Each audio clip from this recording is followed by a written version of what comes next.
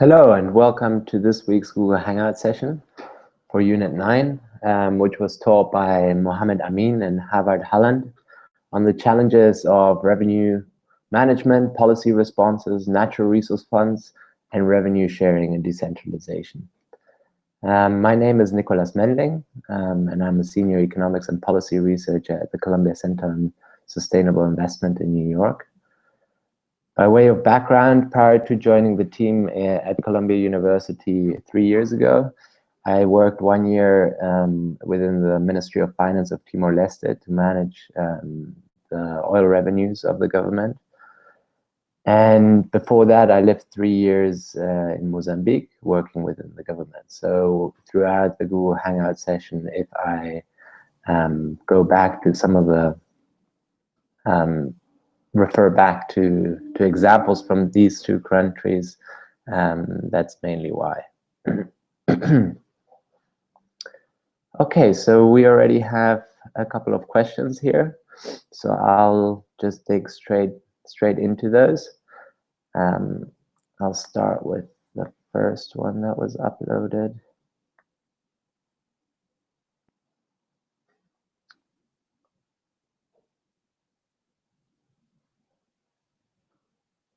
Okay. How useful are sovereign wealth funds in managing revenues coming from natural resources sector? May a poor developing country be successful in maintaining such fund, or is it effective management of sovereign wealth funds only possible when the country is developed? Okay, well, that's a very good question. Thank you very much for that one. So let's start with the first part of the question.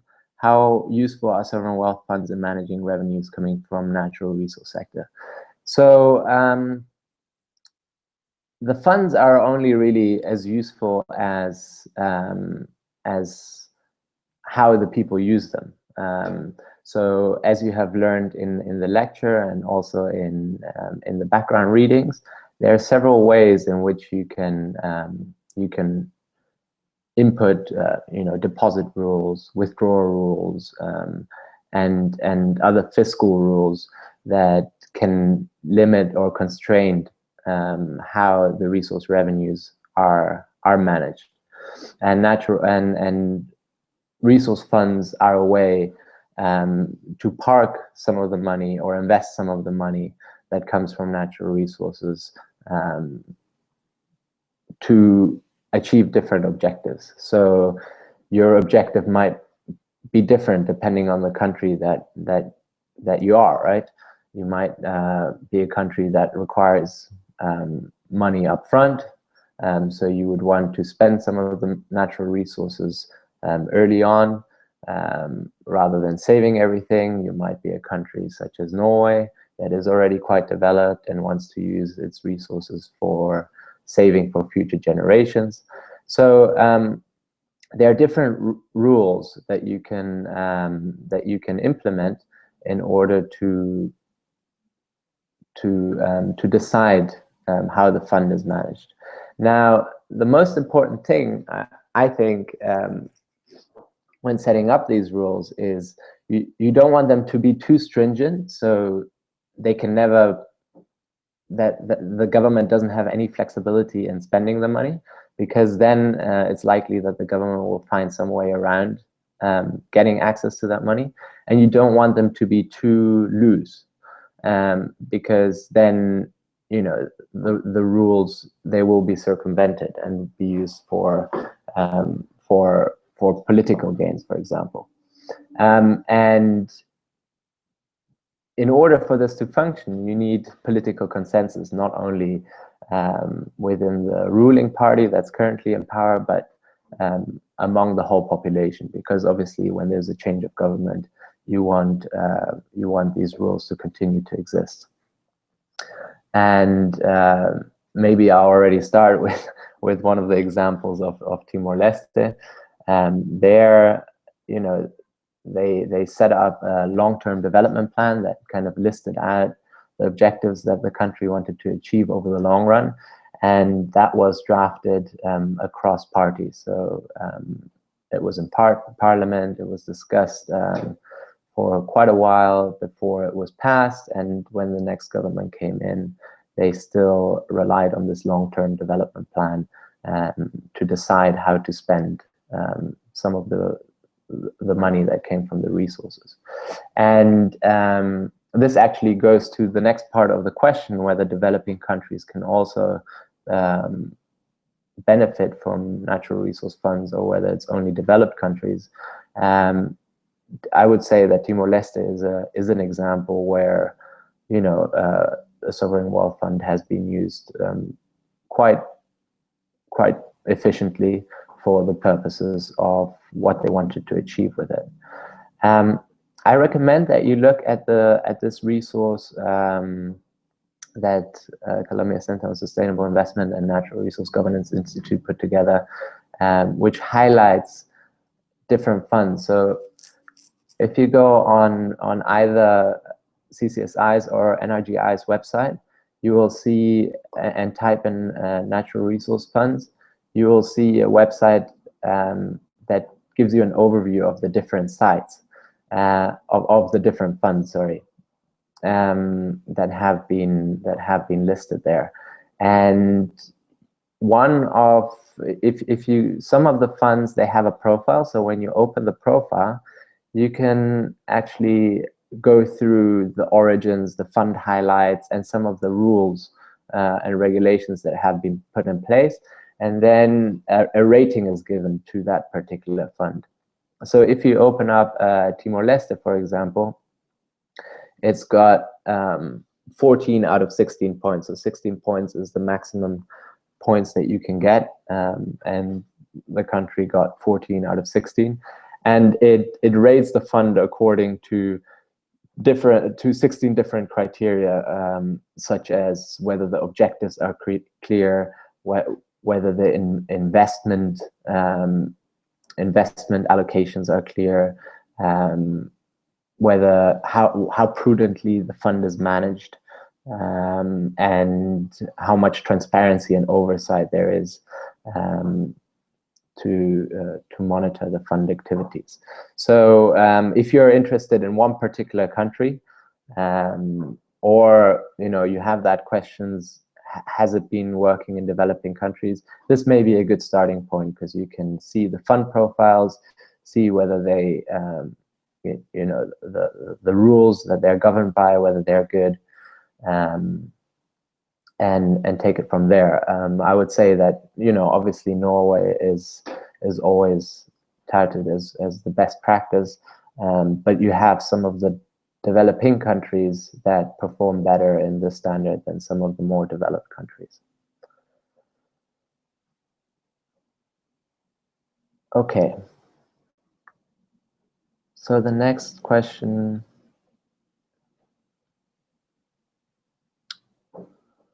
that I wanted to address.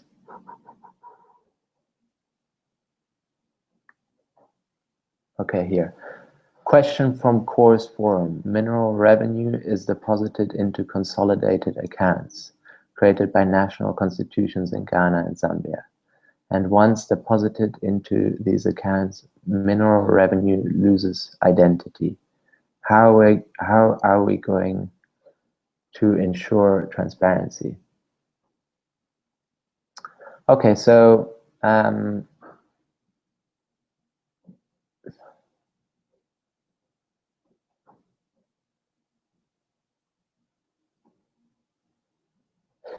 so if I understand this question correctly,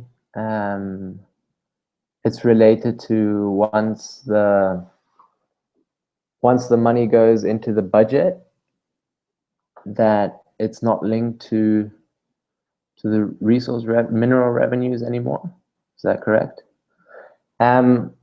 So maybe this question asks or points towards whether earmarking for particular projects makes sense. So whether having the natural resource fund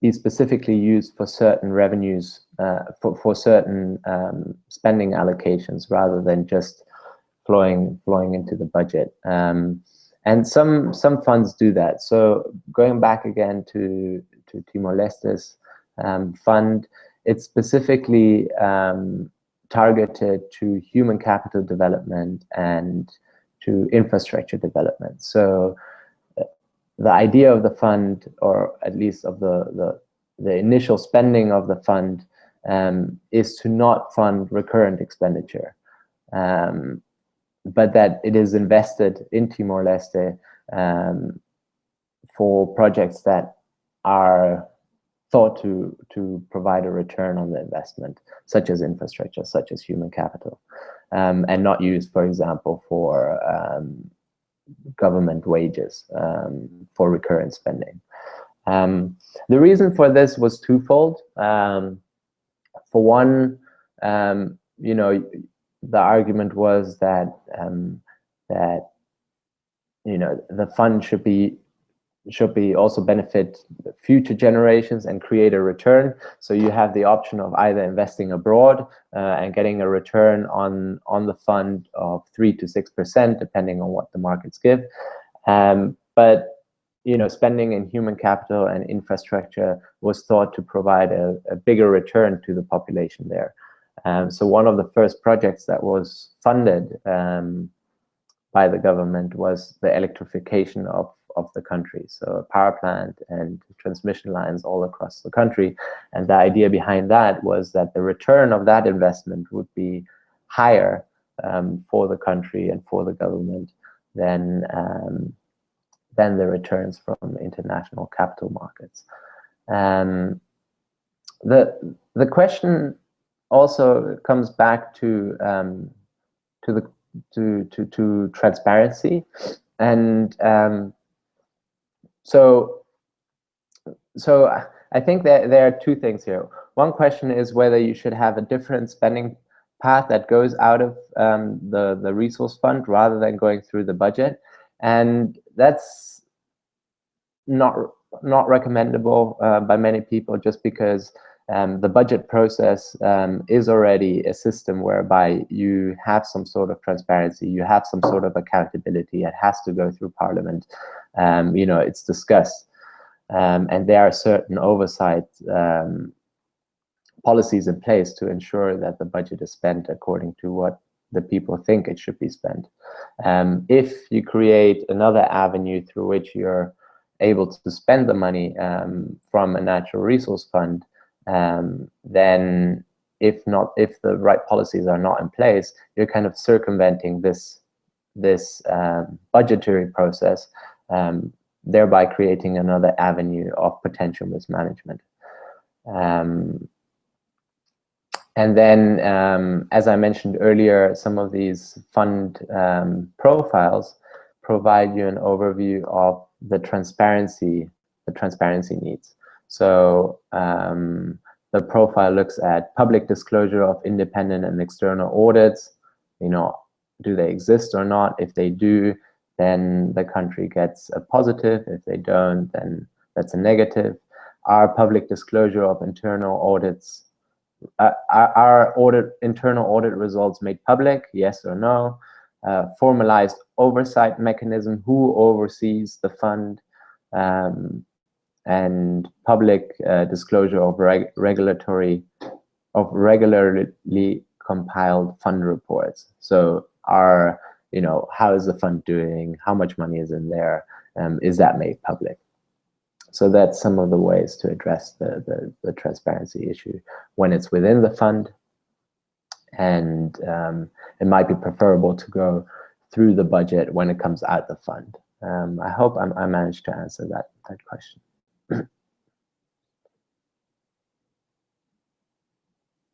Okay, here's a question on Norway. Norway had success with the management of their Future Generations Fund. Please to give more light on the way they manage. That is it a blocked account with high return rates? Was it in Norway banks or overseas? Okay, so if I understand this question correctly, you want me to tell you a little bit more about the case of Norway, and then whether the money was invested at home or abroad. So to answer the second question first, all the money that is in the Norwegian Petroleum Fund is invested abroad. And 60% right now is invested in equities, 35 to 40% in fixed income, and 0 to 5% is invested in global real estate. And all of that is abroad, is not in Norway. And I think through the readings and some of the lectures, you've gone through why you may want to hold some of the resources abroad rather than investing them at home. So how come they have been successful at managing their revenues? And I think one of the big, I mean, you know, the fund, again, go to the website where the funds are listed, and you can see the profiles, and Norway, I think, performed 16 out of 16. So in terms of oversight rules and transparency, they perform very well. But I think one of the fundamental issues that I already mentioned before is that there was consensus of what to do with the oil. You know, they found oil in 1969, and then it was actually, if I remember correctly, it was only years after that they decided to set up this fund, and it came to national consensus that, you know, that they want to take a very prudent approach to spend the oil revenues. And it's actually an interesting comparison to look at Norway and compare it to Britain, which to the UK, which more or less had similar amounts of oil that they've been producing since the discovery. And obviously how the oil has been used is completely different, with Norway now having one of the biggest funds in the world, and UK taking another approach of spending the oil revenues rather than saving them. So that's an interesting case study to look at.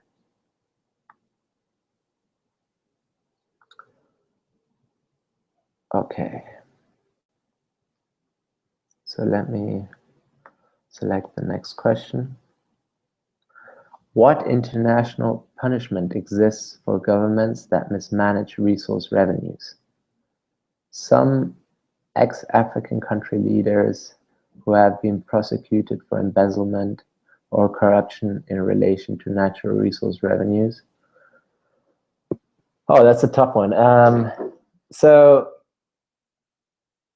I mean, generally these prosecutions happen at home, right?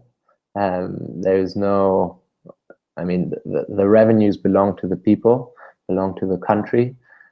So when the leader of that country mismanages the money, then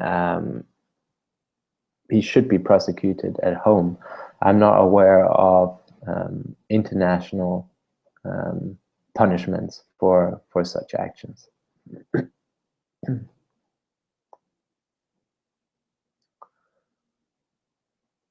Okay, here's another question. How can we make good revenue management when people are expecting quick returns and have high expectations? That's a very good question, and this is something that you know, that is very tough to grapple with, especially in a lot of developing countries where the needs for spending are high, because you know, there is very little infrastructure, there is little human capital. So there is an understanding that, you know, now oil revenues will start flowing, so everyone should get a piece of the pie. I think the only way to do that is to explain and educate the people about you know, some of the drawbacks of spending too quickly, if if there is a lack of absorptive capacity. By absorptive capacity, I mean two things really: absorptive capacity in the government to be able to spend it well. So, you know, if the budget process has gone through I don't know, through 1 million a year, and you know, implemented projects 1 million a year, and suddenly it increases to 2 million, that presents a challenge, right? So there are capacity constraints at that level. And then also absorptive capacity in the terms of the economy itself. If you start spending a lot of money very quickly, then there is risk of Dutch disease and inflation. So Dutch disease can manifest itself through two ways. One is through the exchange rate appreciation, whereby, you know, inflows of revenues make the national currency stronger as compared to other currencies, which is good to import goods and services, but is bad for exporting goods and services, and therefore often you know, causes problems for exporting, manufacturing, or agriculture sectors. And then not only because in relative terms, then the goods become more expensive that are produced domestically, but also the imports become cheaper, right? And then the other way is that a lot of capital and labor is pulled into the resource sector out of other sectors.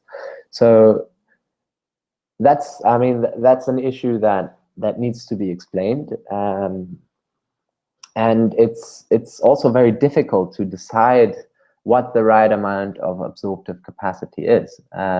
So, for example, again, going back to the example of Timor-Leste, so there the government had decided that it will start spending some of the revenues in the fund upfront, as I mentioned, and we in the macroeconomics department of the Ministry of Finance, we were responsible of looking at how the inflation rates are developing. So we're constantly monitoring price levels. In Timor is a little bit of a special case because they use the US dollar, so you didn't have the problems associated with exchange rate changes. But you know, if suddenly construction demand goes up significantly, and there is not enough supply to take up this additional construction work, then obviously prices are going to increase. And so we were monitoring prices constantly, and at sometimes they were in the years that I was there, they were running at double digits, with, you know, so the biggest concern of inflation is that it often affects the poorest part of the population. So, you know, it took, in Timor-Leste at least, it's not only the population, it's also parliament. Its expectations are high among everyone, right? So through studies like these, where we're showing, look, inflation is going very high, maybe it's worth thinking about slowing down or trying to spend these revenues more efficiently. Through those kind of arguments, you know, you can somewhat manage expectations, because people will see that when inflation rises, they will feel it, right? So it's important to create that link between spending resource revenues, spending them maybe a little bit slower and more efficiently, rather than spending them quickly.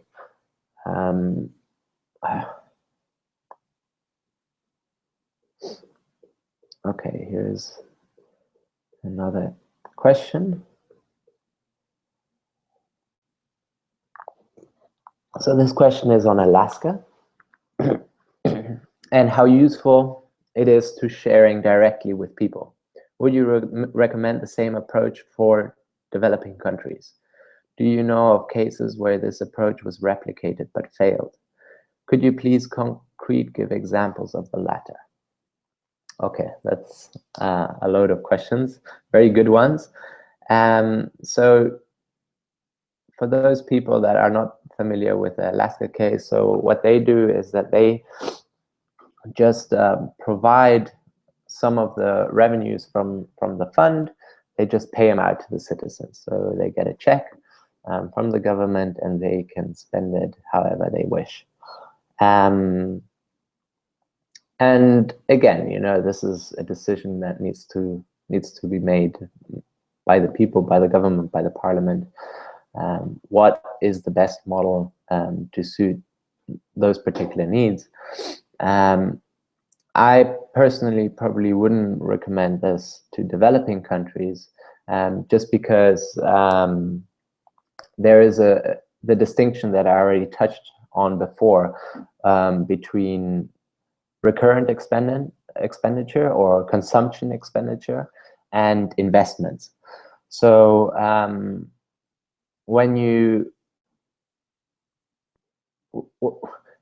decide how to spend the revenues and you want to have the biggest possible impact on the economy to be shared among different people and into the future, then the best type of spending is investing in infrastructure, investing in education, so in human capital. And with human capital, I mean also schools, I mean hospitals, I mean some of the social services that are required to have a healthy, knowledgeable population that can then, you know, drive economic growth in the future. When you pay a check to people to spend as they wish, then they will not decide to spend it, to invest it, or they may, but they may also decide to spend it. And there is a case study of a country that I won't mention by name, but you know, when that particular check came out, and this is not Alaska, you know, the liquor stores would run out of liquor fairly quickly after that weekend, because a lot of people use that money for consumption, for having fun, for going out, for partying with their friends, which obviously for the economy itself is not the best allocation of revenues if you think of the broader good of the society.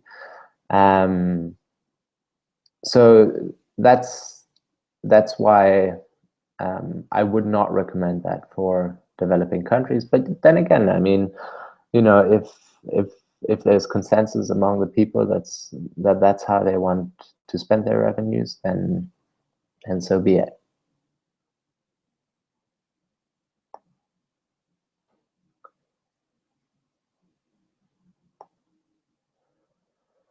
So the next question is, could you please discuss some ideas on how communities or governments at the subnational level should spend EI revenues that come their way?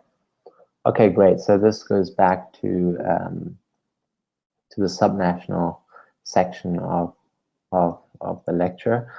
Now, you know, I talked a little bit now about some of the issues related to spending at central level, and the capacity constraint, you know, is in many countries is an issue of how to spend these revenues efficiently, and this is exacerbated often at the local level. Just as a quick recap, you know, why extractive revenues are a little bit different from other revenues. One of the key reasons is that it's very volatile, right?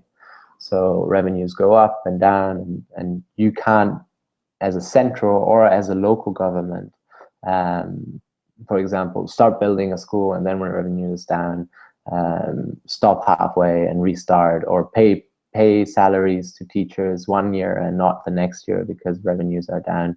So some of the issues that are at the national, this is at the national level, and this is why stabilization funds have been used in the past to kind of smooth the expenditure. This is also the case at the subnational level, right? You don't want the revenues, you don't want schools being built and stopped, you don't want teachers to get salaries one year and one not. And so this is one of the reasons why, you know, some of the subnational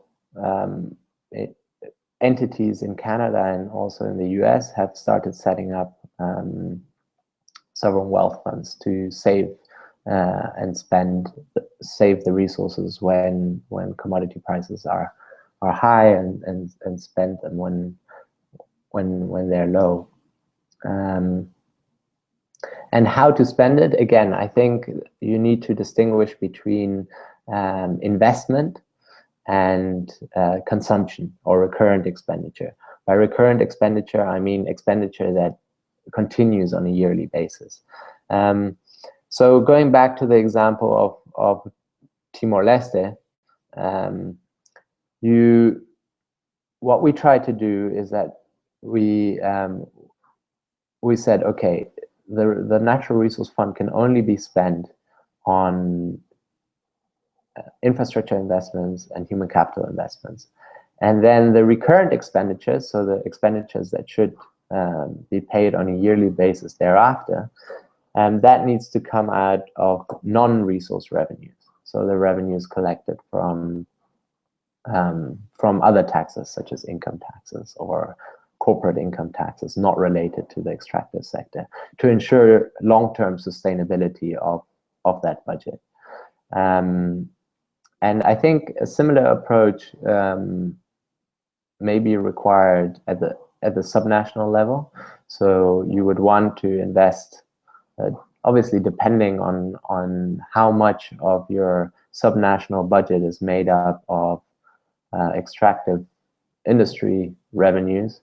You may want to use those funds specifically for investments, and then try and cover the recurrent expenditures by other sources of revenues, in order to guarantee that in the long run, when the oil revenues or the mineral revenues stop flowing because the commodity is exhausted, that you still can continue paying the salaries and those recurrent expenditures.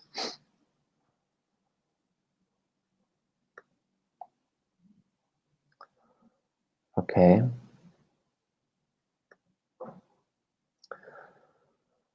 Are there international treaties that resource countries sign to ensuring that they manage their resource revenues well?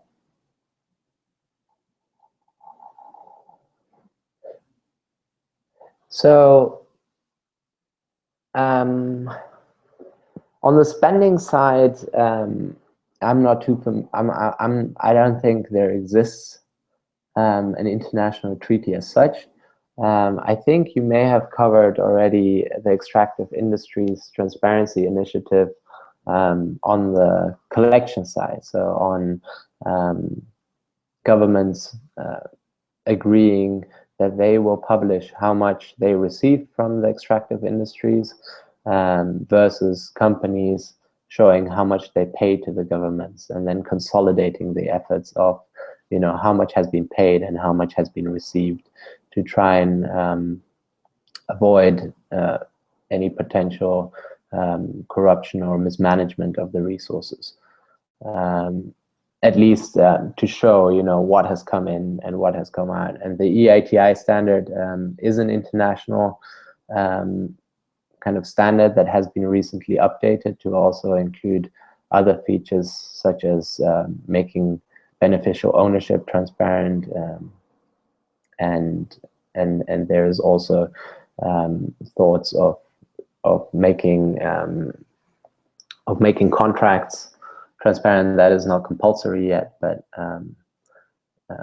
that's also a feature of it.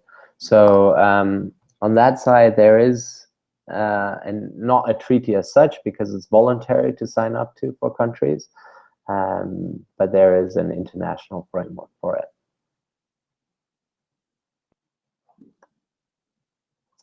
Okay, then. Some countries have a provision in their constitutions limiting how much central government may borrow or be indebted. Would this guarantee an efficient resource revenue management? So yeah, I mean, this goes back to the discussion in the lecture about the different fiscal rules. And one of the fiscal rules that has been touched on is the debt rule that limits how much debt can be taken out as a percentage to GDP, for example. So it'll, I think Indonesia and Mongolia are two examples of countries that have such debt rules.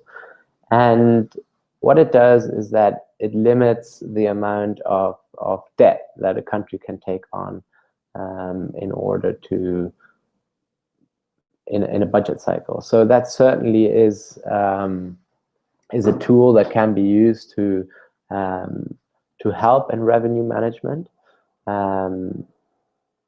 There are ways of circumventing the rule if not done appropriately, by, for example, the national oil companies taking on debt, or other entities that are not directly under the budget. But it certainly is one of the rules that has been used to try and address the revenue management issues. Maybe it's worth just to go over those rules quickly again. So the balanced budget rule, it limits the deficits as percentages of GDP, and Chile and Mongolia are examples that have such rules. Norway also has balanced budget rules that kind of says how much the budget can grow according to the revenues that are in the revenue growth that are in the petroleum fund. Then there are the debt rules that we just discussed. The expenditure rule, which limits the debt as percentage to GDP, and those have been implemented in Botswana and Peru and Mongolia. Then you have the revenue rule, which is a ceiling of how much revenue from oil and gas can be used, and there are many examples for that. And Timor-Leste was also an example that limited how much of the revenues in the petroleum fund could be taken out in order to fund the budget. They used to call it the estimated sustainable income. So they had a permanent income hypothesis rules by which every year we would estimate how much the wealth was of Timor-Leste's oil revenues, and then calculate how much of that could be spent in the budget. And it was set as 3% of the total wealth could be used within the budget. And that's the long-term target of Timor-Leste. But as I mentioned before, it was passed through Parliament that the country would require what they called front loading, whereby it was said that some of the revenues should be spent upfront because the return on infrastructure and human capital investments would be higher than the returns of what the fund was returning.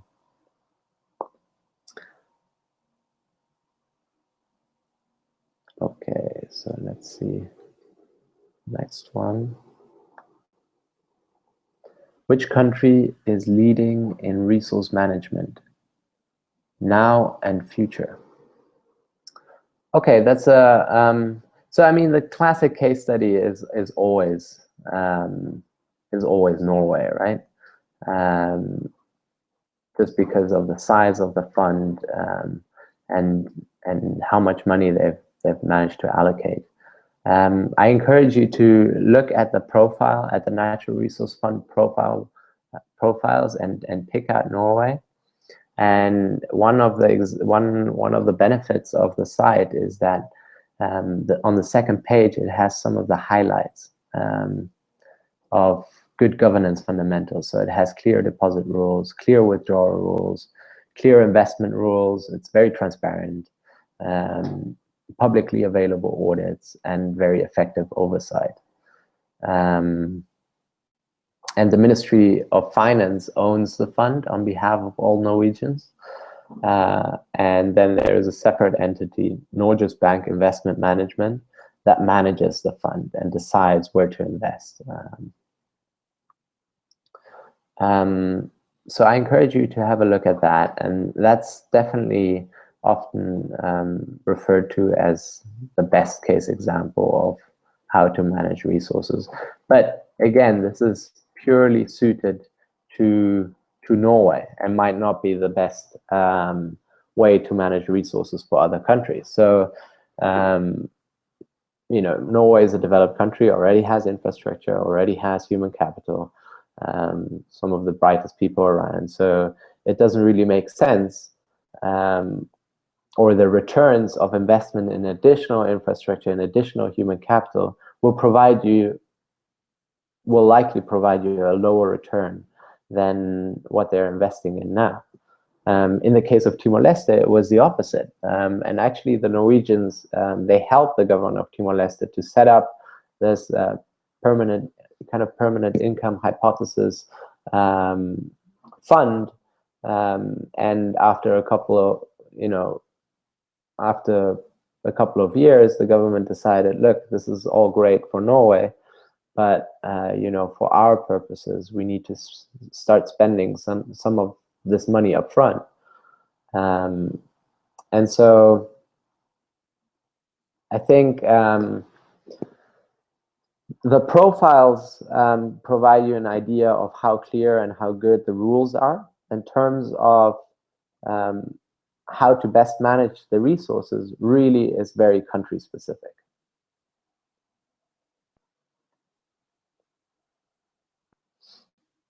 Okay. Some sovereign wealth funds are directly accountable to the president of the country. The decision on who to select fire is ultimately made by the president. Do you think such governance structure is inherently wrong? Which structures would you recommend? So yeah, such structure is inherently wrong, because basically you're putting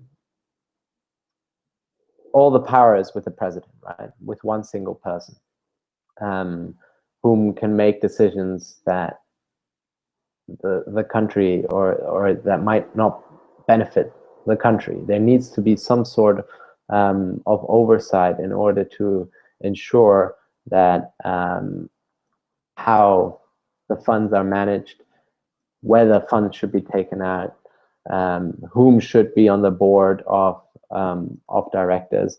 And let me just quickly pull up an example of management and accountability. And again, I think for your questions, these profiles that I mentioned to you are interesting to look at, the fund profiles, because one of their sites will look at the laws and the rules and policies as to how the fund is governed, but also the management and accountability. So it provides you an oversight of how, for example, in Norway, different entities are responsible for what. And there, the Norwegian Parliament is ultimately responsible for overseeing the Minister of Finance and the overall structure of the fund and what happens with the fund.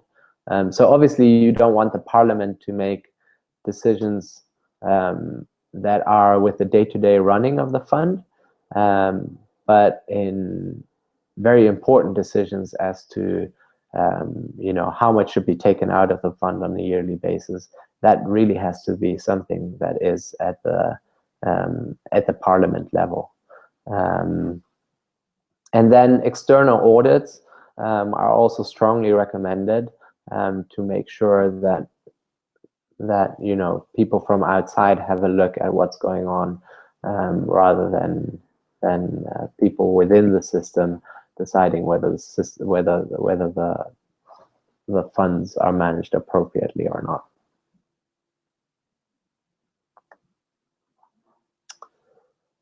Okay, here's one more question.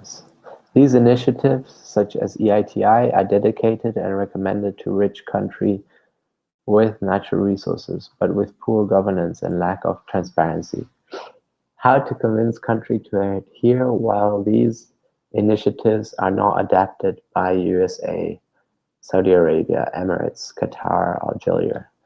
I think that's a very valid point. I mean, I think the USA just recently signed up to it, but it's definitely a country that is quite late with coming on the table. There is an interesting report out by, I think it's ODI, the Overseas Development Institute, where the title is, I think the content is not as harsh as the title. The title was something, why are the most corrupt countries signing up to EITI? And one of the questions was whether this is a precondition by donors in order to continue funding that particular country. But I think one of the big benefits of EITI, apart, of course, of the transparency, is the multi-stakeholder group. That people sit together and discuss some of these revenue or extractive industry issues and transparency and accountability around them. So these groups are composed of government officials, companies, and civil society, and then they tailor their EITI process around what they think is most appropriate for the particular country's needs. So I've gone a little bit off the tangent, but and I agree with you in terms of how Western countries can ask for these transparency rules when they don't sign up to them themselves. I think a lot of developed countries are now signing up to EITI more recently.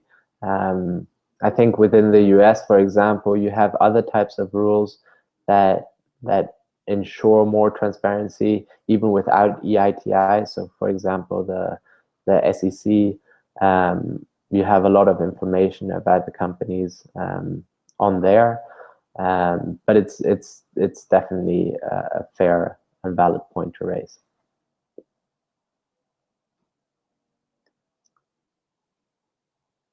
Okay, do you have any more questions for the last 10 minutes?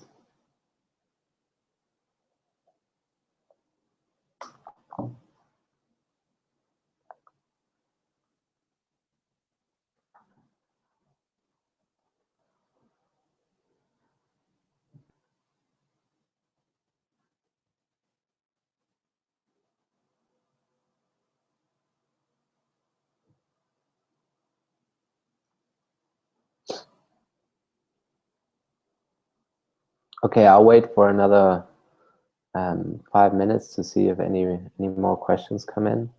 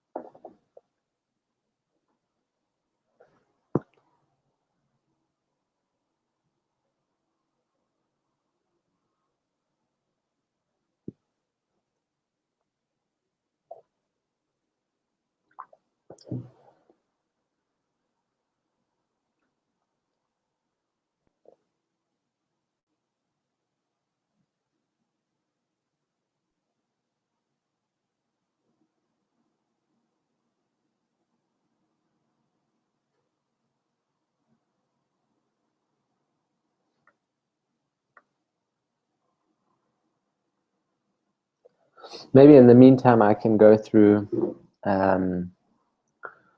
some of the goals of revenue management, because a lot of the questions that have been asked in this Hangout session were related to what are the best examples, what are the best ways to set up funds and to manage resources effectively. And as I said, it all depends on the goals that the country wants to achieve. So it's not a straightforward question. So there are six reasons really, or six attributes that you can think about when asking that question, what you want to achieve with it. So one question is, do you want it to benefit across generations? In such case, you want to save quite a lot of the fund today in order to benefit future generations, right? And the second one is how do you want the nation to benefit? Is it only one region? Is it only a few individuals? That will then decide how to allocate some of the revenues at the national and subnational level. So if you, for example, think that the revenues should really go to those people from the district or the municipality or the province from where the resources are, then you would say, okay, all the resources from that region belong to those people, they manage it. If you think that it should be redistributed across the different regions and, for example, redistribute some of the income to regions that have higher poverty level, then your revenue management goal would be to take some at the national level and then redistribute it from there according to different parameters. Another question is, domestic versus foreign investments of your natural resources. And you might choose foreign over domestic because of, you don't foresee high returns in the national economy. So you believe that investing internationally will actually give you a higher return. There's low absorptive capacity in the economy at home.